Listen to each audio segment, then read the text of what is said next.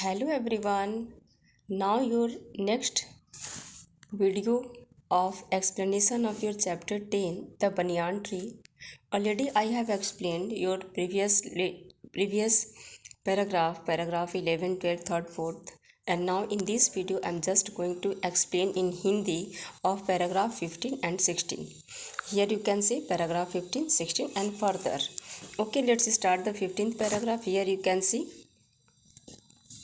the third round followed the same. जो तीसरा राउंड भी था ना वो बिल्कुल वैसे ही हुआ। मतलब किस राउंड की बात हो रही है, तो बात यहाँ पे हो रही है कि किस तरह से जो है वो दोनों के बीच कोबरा के बीच और नेवला के बीच लड़ाई होती है और किस तरह से जो है वो इधर उधर जाते हैं और फिर से आमने सामने डट जाते हैं अपना युद्ध करने के लिए। तो the third round followed the same. तीसरा राउंड भी बिल्कुल वैसे ही रहा। Course as the first but with on one dramatic difference. बिल्कुल पहले राउंड की ही तरह था, लेकिन यहाँ पे एक अलग तरह का ड्रामेटिक डिफरेंस था। ठीक है। द क्रो एंड द मैना, कौवे की और मैने की, still determined to take part in the proceedings. वो अभी तक पूरी तरह से जो है कौवा और मैना जो थे वो अभी तक दृढ़ निश्चय थे कि वो इस पार्ट का हिस्सा आगे भी बनते रहेंगे।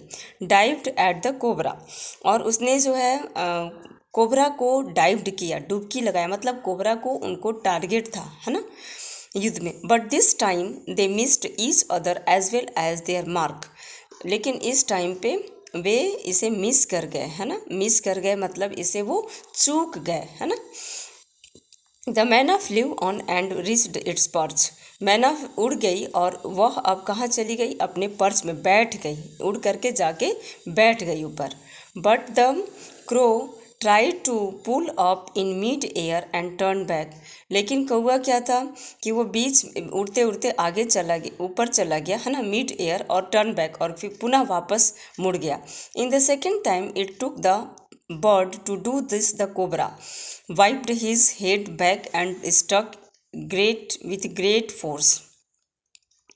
क्या था कि अब इसमें वाइप्ड मतलब होता है पोंछना, वाइप्ड मतलब पोंछना, ठीक है। और हिज हेड, उसने अपने सर को पोंछा। क्या होता है कि second that it took the bird to do, उसने बर्ड को पकड़ा क्या करने के लिए? To do this cobra, cobra को ऐसा काम करने के लिए कोबरा ने अपने हेड को पोंछा, back and struck with great force, और बहुत ही तेज फोर्स के साथ, बल के साथ उसने फिर से प्रहार किया। This snout thudding against the crow's body, और यह स्नाउट जो था, स्नाउट मतलब होता है थूथना, ही स्नाउट मतलब थूथना। कोबरा का जो चेहरा, मुंह होता है ना आगे का, उसको स्नाउट बोलते हैं।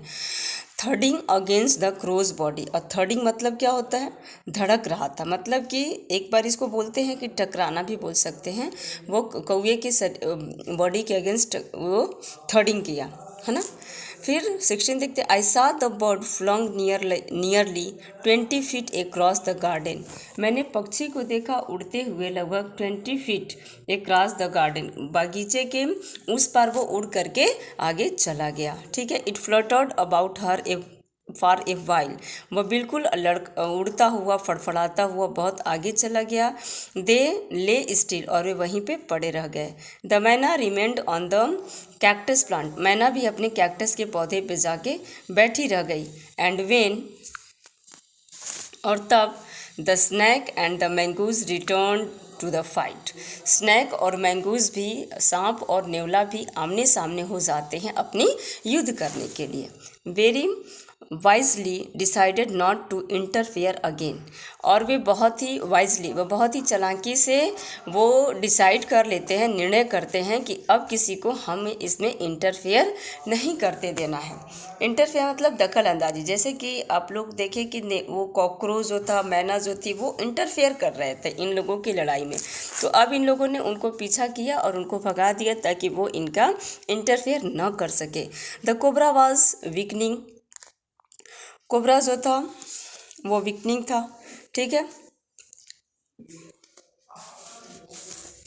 And the mongoose walking fearlessly up to it, और मैंगूज जो था वो बिल्कुल ही निर्दय होकर के उसके तरफ जा रहा था।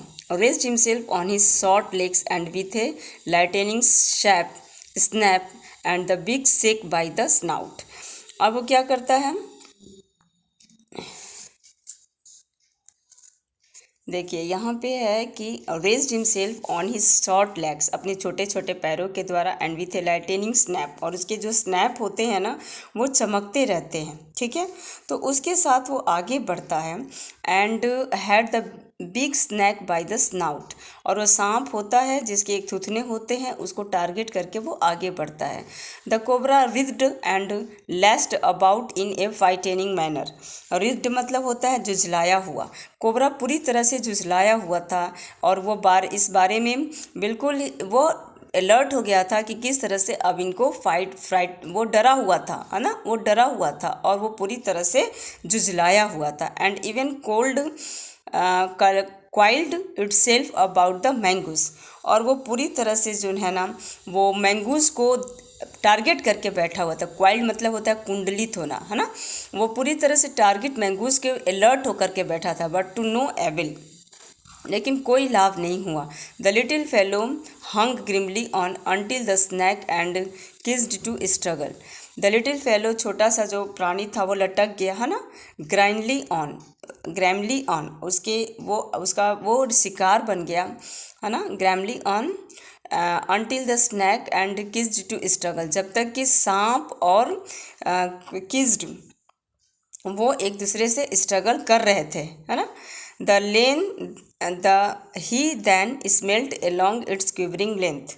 अब वो क्या था, तब वो अपने जो है स्मेल्ट कर रहा था, है ना, गलने लगा, है ना, along विथ क्विवरिंग लेंथ, कांपते हुए अपनी लंबाई के साथ वो गलने लगा। Gripped it around the hood, और पूरी तरह से उसके जो हुड था उसका फन जो था वो उसके ग्रिप्ट में आ गया था। And dragged to into the bushes, और वो उसको झाड़ियों में लपेटते हुए लेकर के चला गया।